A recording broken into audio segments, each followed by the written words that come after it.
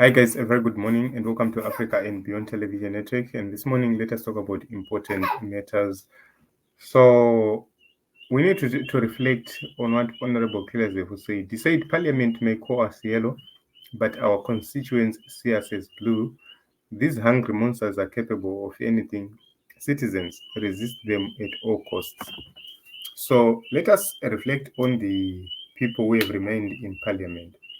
To me, uh, if not strategic to remain in parliament or without Nelson Chamisa's blessings to remain in parliament, it becomes an issue of greediness.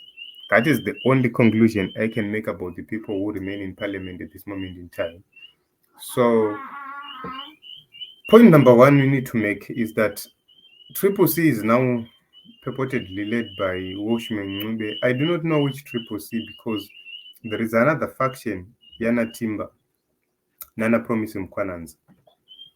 Then we now have Vanabiti, which was announced by Jacob Mafume, who is now the spokesperson of Triple C Ngube. The major question is, these are the people who recalled elected officials. These are the people who fielded double candidates towards the elections.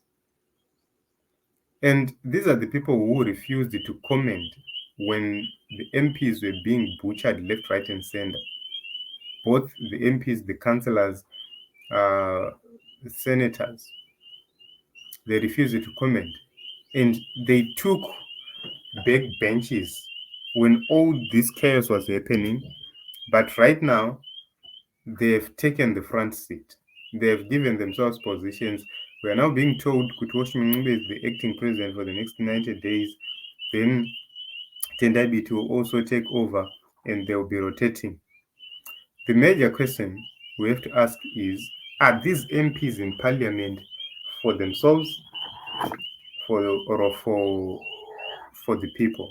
Because when you are in parliament for the people, you have to understand that you stand with the people no matter the circumstances. Let me tell you this. When the recalls started in parliament, Triple C was disturbed because it was supposed to fight for the budget. They failed to fight for the budget because when they protested against the illegal recalls, they were then chased out of parliament. They were suspended for 2 weeks. The budget was then passed in their absence. That is point to note. Secondly, we have to agree that ZANU-PF in the process got two-thirds majority, which means they can now change the constitution and they can do whatever they want with the constitution, mutilate the constitution, except on issues where a referendum is required. That is where they have a challenge.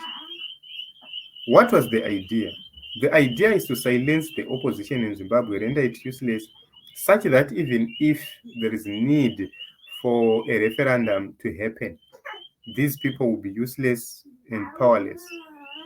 So at this moment in time, the opposition has been thrown into disarray. We have Honorable Mahere resigning, we have Honorable Makam resigning.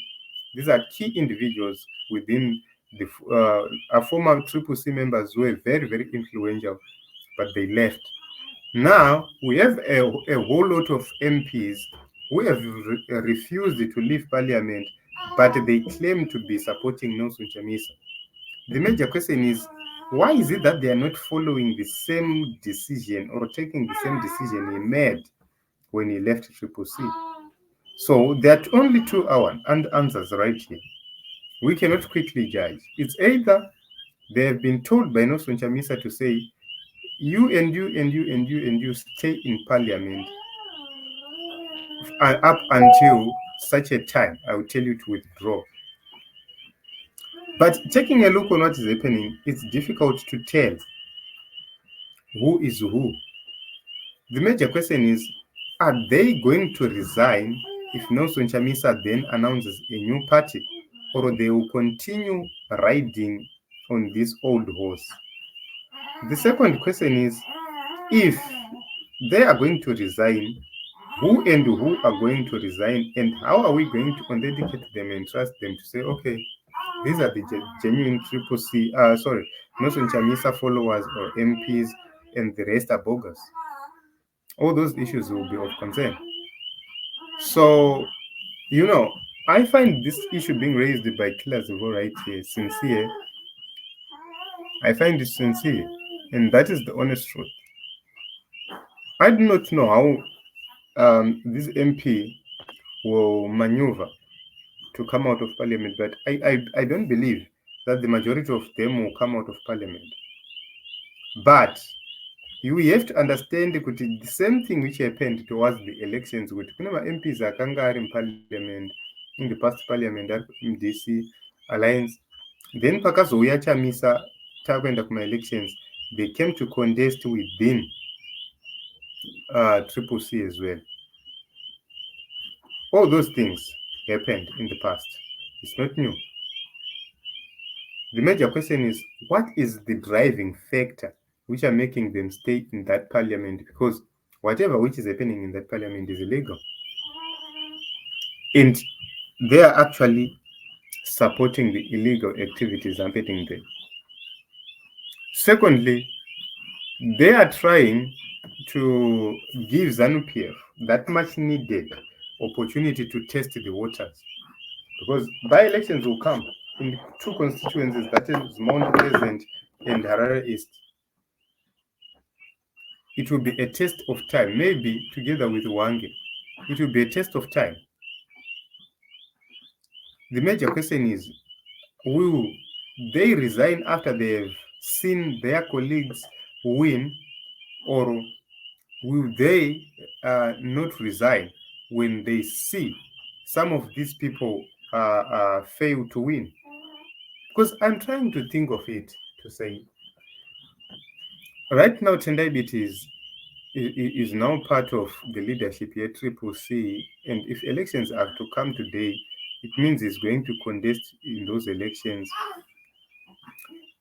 How are they going to identify each other when these are the same people who mutilated the party, forced the leader to resign, and hijacked everything?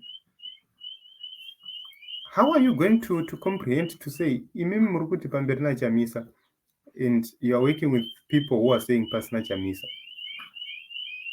Personally, I do not see the logic. I do not see, if not for resources, for cars, for everything else, amen, guys. But this is my own view. This is my own thinking. Amen. We could keep on watching and seeing kuti zvinhu zvamira sei. But I believe kuti ndo vanhu vachatanga kunetsa in the future.